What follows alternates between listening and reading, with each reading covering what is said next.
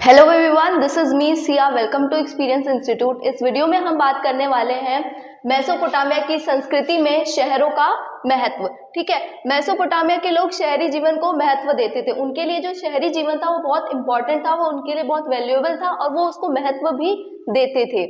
ठीक है, मेसोपोटामिया के लोग अपने नगरों पर कितना गर्व करते थे ये हमें कहाँ से देखने को मिलता है? ये हमें देखने को मिलता है गिलगामेश के महाकाव्य के उसके अंत में देखने को मिलता है। ठीक है, ये महाकाव्य था जिसमें हमें इसका महाकाव्य था जिसके हमें अंत में ये देखने को मिलता है कि वो अपने शहरों से कितना प्यार करते थे। ठीक है, उनको अपने शहरों से कितना लगाव था। ठीक है, यह काव्य 12 पट्टिकाओं पर लिखा गया था। पट्टिकाओं के बारे में हम बात किया है हमने कि उनकी पट्टिकाएं कुछ इस आकार में हुआ करती थी। तो ये हमें इस तरीके की 12 पट्टिकाएं मिली हैं जिससे हमें पता चलता है कि मेसोपोटामिया के जो लोग थे वो अपने शहरों से कितने ज्यादा उनको कितना ज्यादा लगाव था। ठीक है, कहा जाता है कि गिलगामेश जो थे वो एनमरकर के कुछ समय बाद उरक नगर पर शासन किया उन्होंने। ठीक है, उन्होंने किसके बाद शासन किया था? उन्होंने एनमरकर के बाद उरक नगर पर शासन किया था। ठीक है, यह एक महान योद्धा था। ठीक है, उनको एक बहुत अच्छे योद्धाओं की गिनती में शामिल किया जाता है। ठीक है, उन्होंने दूर दूर के प्रदेशों को अपने अधीन कर लिया था। लेकिन बाद में उनके साथ क्या हुआ था कि उनके एक मित्र की मृत्यु हो जाती है, जिसके बाद वो बहुत ज्यादा दुखी हो जाते हैं और फिर कहीं ना कहीं उनका वो जो राजपाट और जो प्रजा वगैरह से मन है वो उठ जाता है। तो हमें इसके बाद इनके बारे में देखने को या पढ़ने को नहीं मिलता है। ठीक है, काल विभाजन को सिकंदर के उत्तराधिकारी द्वारा अपनाया गया। काल विभाजन को किसके द्वारा अपनाया गया था? सिकंदर के उत्तराधिकारी के रूप में अपनाया गया था। और उनके उत्तराधिकारी का नाम क्या था? Seleucus Nicator. ठीक है, तो जो हमारा काल विभाजन था वो सिकंदर के उत्तराधिकारी द्वारा अपनाया गया था जिसका नाम था सेल्यूकस निकेटर। ठीक है, अब हम देखते हैं इसके बाद ये कहाँ पर गया। इसके बाद ये इस्लाम, रोम और यूरोप तक पहुंचा। ठीक है, यहाँ के लोगों ने भी इसको अपनाया।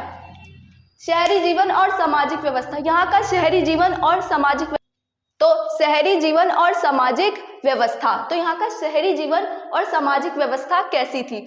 यहाँ पर जिनके पास जो दौलत होती थी, यानी कि जो बहुमूल्य चीजें होती थी, ये बहुत कम लोगों के पास देखी गई है। और जो छोटी मोटी कृषि से रिलेटेड कोई भी चीजें होती थी ये गरीब वर्ग के पास ज्यादा देखी गई थी। तो इसके बाद जो है ना, शहरी जीवन में हमारा जो वर्ग था वो एक गरीब और अमीर वर्ग में बट गया था। ठीक है, और तो जो गरीब वर्ग था उसके पास वो बहुमूल्य चीजें यानी कि जो धातुएं थी, सोना चांदी, ये सब हमें वहां नहीं देखने को मिलता। लेकिन गरीब वर्ग जो थे और गरीब वर्गों के पास नहीं देखने को मिलता। लेकिन जो अमीर वर्ग यानी कुछ ही अमीर वर्ग थे, राजा रानी, इनके पास ये चीजें हमें देखने को मिलती है। ठीक है, राजा रानी अमीरों के कब्रों के पास सोना, महंगी धातु मिली। जो राजा रानी होते थे जब ये मर जाते थे, जब इनकी मृत्यु हो जाती थी तो इनकी कब्रों में क्या लोग डालते थे? इनकी कब्रों से हमें मिलते थे सोना, चांदी या महंगी धातु मिलती थी, जिससे हमें पता चलता था कि ये भी एक इनकी परंपरा रही होगी कि कब्रों के साथ इनकी जो महंगी या बहुमूल्य चीजें थी ये दफनाया करते थे। ठीक है, और एकल परिवार, जैसे कि मेसोपोटामिया के लोगों में ये इतिहासकारों का मानना है कि यहाँ पे एकल परिवार देखने को मिला है। ठीक है, एकल परिवार के लिए इनके जीवन में बहुत ज्यादा महत्व था। अब इनके नगर नियोजन पद्धति देखते हैं। इनकी जो सड़कें होती थी, गलियां होती थी, ये बहुत टेढ़ी मेढ़ी होती थी। ठीक है, हम नगरीय व्यवस्था तो देखते हैं कि हमारा शहरीकरण की शुरुआत यहाँ से हुई थी, लेकिन हम ये नहीं कह सकते कि पूरी तरीके से शहरीकरण यहाँ आ चुका था, ये एकदम परफेक्ट था। नहीं, यहाँ की जो गलियां थी टेढ़ी मेढ़ी थी। लोग क्या करते थे कि जो कूड़ा था, इनके कूड़ा फेंकने के लिए कोई जगह नहीं होती थी, वो गलियों में फेंक देते थे और जिसकी वजह से वहां पे वो ऊंचे स्थान बन जाते थे। क्योंकि कूड़ा तो इकट्ठा होगा तो वो एक ऊंचा स्थान बनेगा, तो इसकी वजह से वहां पे क्या सड़कों पर वो कूड़ा सड़कों पर वो कूड़ा फेंकते थे, जिसकी वजह से वहां पे वो एक ऊंचे स्थान में परिवर्तित हो जाता था। और उर में एक कब्रिस्तान बनाया गया था।